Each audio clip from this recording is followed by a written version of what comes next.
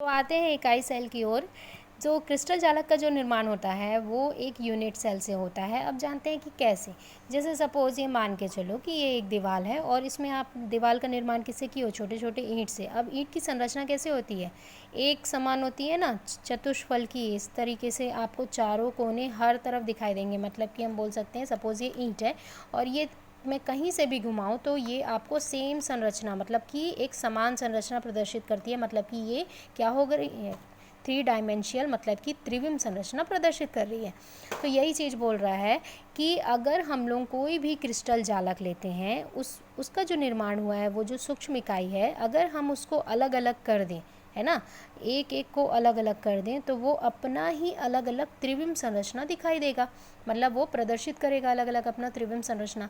तो इसको हम लोग क्या कहते हैं कि सिर्फ एक को एकांकी त्रिविम संरचना प्रदर्शित करने वाले यूनिट को हम लोग यूनिट सेल कहते हैं। तो इसमें परिभाषा यही दिया हुआ है बेटा कि क्रिस्टल जालक में संरचना की जो वह छोटी से छोटी इकाई होती है जो कि त्रिविम में बार बार, है ना, दोहराने पर क्या करता है, क्रिस्टल संरचना को प्राप्त करता है या प्राप्त होता है, तो हम उसको इकाई सेल या यूनिट सेल कहते हैं। इसको एक सिंपल परिभाषा में और दिया है, आप चाहो तो ये लिखो या ये, कि किसी भी क्रिस्टल जालक की सूक्ष्मतम संरचना, है ना, क्या होता है, उसको हम लोग क्या कहते हैं, इकाई सेल या फिर यूनिट सेल कहते हैं। याद रखना, जो आप लोग जालक की बात कर रहे हैं तो जालक को लैटिक्स भी बोलते हैं, कोष्टिका भी बोलते हैं, तो कंफ्यूज मत होना, ठीक है। तो हम बोल सकते हैं, इसके एग्जांपल आप ईंट दे सकते हो, दीवार में लगे हुए ईंट, या फिर आप ब्लॉक दे सकते हो। अलग अलग ब्लॉक से आप किसी भी चीज़ का निर्माण करते हो। तो ये जो छोटे से ब्लॉक होते हैं जो बड़े पैमाने पर संरचना का निर्माण करेंगे या ठोस स्ट्रक्चर का निर्माण करेंगे, संरचना बनाएंगे, वो एक छोटी सी इकाई होती है आपकी यूनिट सेल या मात्रक कोशिका। क्लियर हो रहा है यहाँ पे। तो हम एक ईंट का एग्जांपल देकर भी आप लिख सकते हो। अब बढ़ते हैं कि इकाई सेल या एकक कोशिका सेल का जो संरचना होता है वो किस प्रकार होता है। तो अब जानते हैं कि जो एकक कोशिका है या यूनिट सेल है उसका पैरामीटर क्या है। पैरामीटर मतलब कि उसकी संरचना कैसे विभक्त, मतलब बनाई गई है। तो अगर हम उनकी संरचना की गणना करें, उनका पैरामीटर देखें, तो पहले टॉपिक पॉइंट ये होती है कि किसी एक कोशिका किसी एक कोशिका के गुण के 6 पैरामीटर द्वारा व्यक्त किए जाते हैं। ठीक है, उनके जो गुण होते हैं उनको 6 पैरामीटर द्वारा व्यक्त किए जाते हैं। पहला ये होता है कि उनके 3 कोरे होते हैं। कोरे का मतलब होता है एज्ड, इसको कंफ्यूज मत होना, ये चीज़ होता है कोना, ठीक है, जिसको हम लोग भुजा भी बोलते हैं। और कोरों के मध्य बने हुए कोण अल्फ़ा बीटा गामा होते हैं। और इनके जो पैरामीटर के अनुसार है उनमें 14 प्रकार के, मतलब कि 14 टाइप्स के आपको क्या दिखाई देंगे, लैटिक्स दिखाई देंगे। क्रिस्टल लैटिक्स मतलब क्रिस्टल जालक दिखाई देंगे। क्लियर हो रहा है यहाँ पे कुछ वर्ड आप लोग इंग्लिश भी ध्यान में रखो बच्चों, क्योंकि आगे आपको इंग्लिश में ही बहुत सारे चीज़ करने होते हैं कॉलेज में, इसीलिए मैं इंग्लिश में भी आपको बताते चल रही हूँ।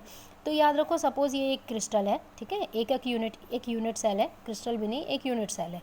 नॉर्मल यूनिट सेल में अगर मैं देखूं तो ये हो गया आपका ये वाला भाग, और ये वाला भाग ये कोर हो गया, मतलब जिसको हम लोग एज्ड बोलेंगे, जिसको आप बोल सकते हो भुजा, है ना, नॉर्मल हिंदी में तो भुजा हो गया। ठीक है, अब हम दे देते हैं इसको ए और बी और ये सी, ठीक है। तो इस तरीके से हमने नाम दे दिया।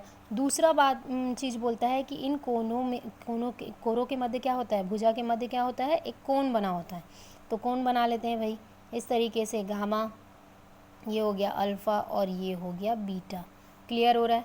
तो आप चाहो तो इस भुजा को बाहर तरफ निकाल सकते हो, क्योंकि इससे भी एक और क्रिस्टल यूनिट सेल जुड़ा होता है।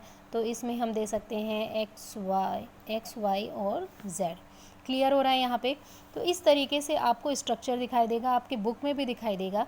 तो अगर यूनिट सेल का पैरामीटर देखें तो इस तरीके से आपको पैरामीटर दिखाई देंगे, जिसमें आपको भुजा दिखाई देगी और उनके मध्य में 3 कोण दिखाई देंगे। अब मैं इस इस कोन की बात कर रही हूँ, अगर मैं इसे घुमाती हूँ, मतलब कि जाहिर सी बात है मैंने यहाँ पे पॉइंट किया कि ये भुजा और इधर की भुजा, वहाँ पे मैंने 3 कोण बनाए। अब मैं इधर की बात करूँ तो इधर भी वही चीज़ हो रहा है, इधर भी वही चीज़ हो रहा है। तो इस तरीके से अगर मैं हर तरफ घुमाते चलूँ तो हमको 14 स्ट्रक्चर दिखाई देते हैं, मतलब कि 14 प्रकार के स्ट्रक्चर हमको दिखाई देंगे। क्लियर हो रहा है यहाँ पे एकक यूनिट सेल के। तो अब हम 14 प्रकार के अगर स्ट्रक्चर देखें तो बहुत ही सिंपल है। ये देखो आपके 7 है ना, 7 क्रिस्टल जो हैं वो 14 प्रकार के एक लैटिक्स दिखाई देते हैं, जालक जैसा बनाते हैं। तो इनमें अलग अलग होता है। पहला जो होता है क्यूबिक, जिसको हम लोग यूनिट सेल बोलते हैं या फिर कोष्टिका बोलते हैं। ये एक होता है एससी, जिसको सिंपल एक संरचना दिखाई देता है जिसमें चारों कोनों पे अणुओं का विद्यमान होंगे। बॉडी सेंटर और फेस सेंटर, मतलब कि बॉडी सेंटर मतलब काय केंद्रित और फेस सेंटर मतलब फलक केंद्रित। उसी तरीके से ये सामान्य, फिर वहीं पे बॉडी सेंटर, एंड सेंटर मतलब कि अंतिम पीछे तरफ और आगे तरफ या साइड तरफ इस तरीके से दिखाई देगा। फिर वही फलक सेंटर है ना, एंड सेंटर को अंतः है ना, अंतः केंद्रित भी बोलते हैं, कंफ्यूज नहीं होना। ये होता है, ये 4 टाइप्स आते हैं विषतांश, जिसको हम लोग क्या बोलते हैं, विषम ताक्ष बोलते हैं। ठीक है, हिंदी थोड़ा सा टफ है, इसको आप लोग ऑर्था गोनॉल या फिर ऑर्थोमॉबिक भी बोल सकते हो। ठीक है, आते हैं इसके अगले टाइप्स पे। तो ये होता है टेट्रागोनॉल। इसमें जो क्यूब के स्ट्रक्चर होते हैं, जो यूनिट सेल होते हैं, वो काफ़ी लंबे होंगे और इधर से थोड़े कम फैले हुए रहते हैं। तो इसमें एक सिंपल आता है, एक काय केंद्रित आता है। इसमें फेस सेंटर मतलब फलक केंद्रित नहीं दिखाई देता।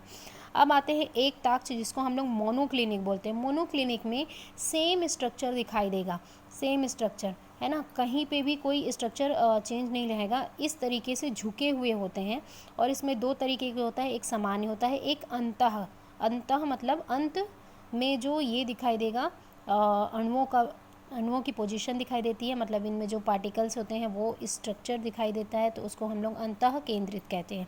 ये मोनोक्लिनिक के प्रकार हैं। इसी तरीके से आपको दिखाई देता है सामान्य त्रिआयाम, मतलब कि रोम्बोहाइड्रल, जिसको हम लोग रोम्बोहाइड्रल, इसको आप गूगल में भी चेक करोगे तो इसके आपको हिंदी नेम नहीं मिलेंगे, बहुत मुश्किल से त्रिआयाम ढूंढने पर मिला है।